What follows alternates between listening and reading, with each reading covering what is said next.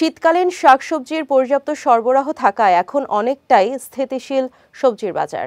এদিকে ডিম, মাছ, মাংসের বাজারেও দাম বাড়েনি নতুন করে। এরপরও সাপ্তাহিক বাজার উপভোগ্য হয়ে উঠতে পারছে না ক্রেতা সাধারণের কাছে, কারণ চড়া দামে কিনতে হচ্ছে চাল ও মুরগি। সোহানুর রহমান সোহানের ক্যামেরায় শায়ন সাবির রিপোর্ট। বাজারে নতুন করে কোনো পণ্যের দামে খুব একটা হেরফের নেই, তবে মাসখানেক ধরে বাড়তি চালের দাম কমছেই না। পাশাপাশি মাছ, মুরগি, মাংসের দামও বাড়তি রয়ে গেছে। এদিকে চলতি সপ্তাহে সবজির দাম স্থিতিশীল থাকলেও দাম বাড়ানোর এক মাস পরও স্বাভাবিক হয়নি সয়াবিন তেলের বাজার।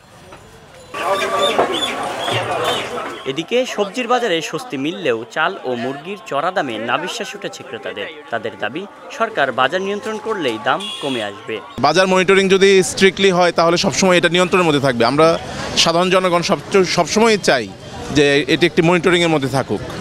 কমে না তো, সরকার কমায় না তো। সরকার তদন্ত নিলেই সব কমবে, কমায় না তো।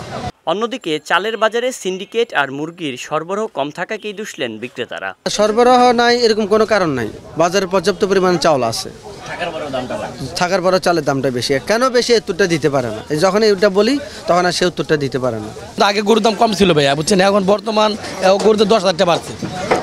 750 বেচছে মনে হয় সমান, কিনোদিন লাভ হয় কিনোদিন লস হয়। বাচ্চার দাম বেশি, একদিনের বাচ্চা 70 টাকা, ফিট দাম কমে নাই, যেটা দেই তাহলে দামটা কমবো কেমনে? বাজারে নতুন করে কোনো পণ্যের দাম বেশি একটা হেরফের হয়নি, তবে এখনও চড়া মূল্যে বিক্রি হচ্ছে চাল, মাছ, মুরগি এবং মাংস।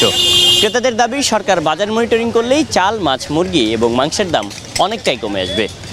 শায়ন সাবির, বিজয় টিভি, ঢাকা।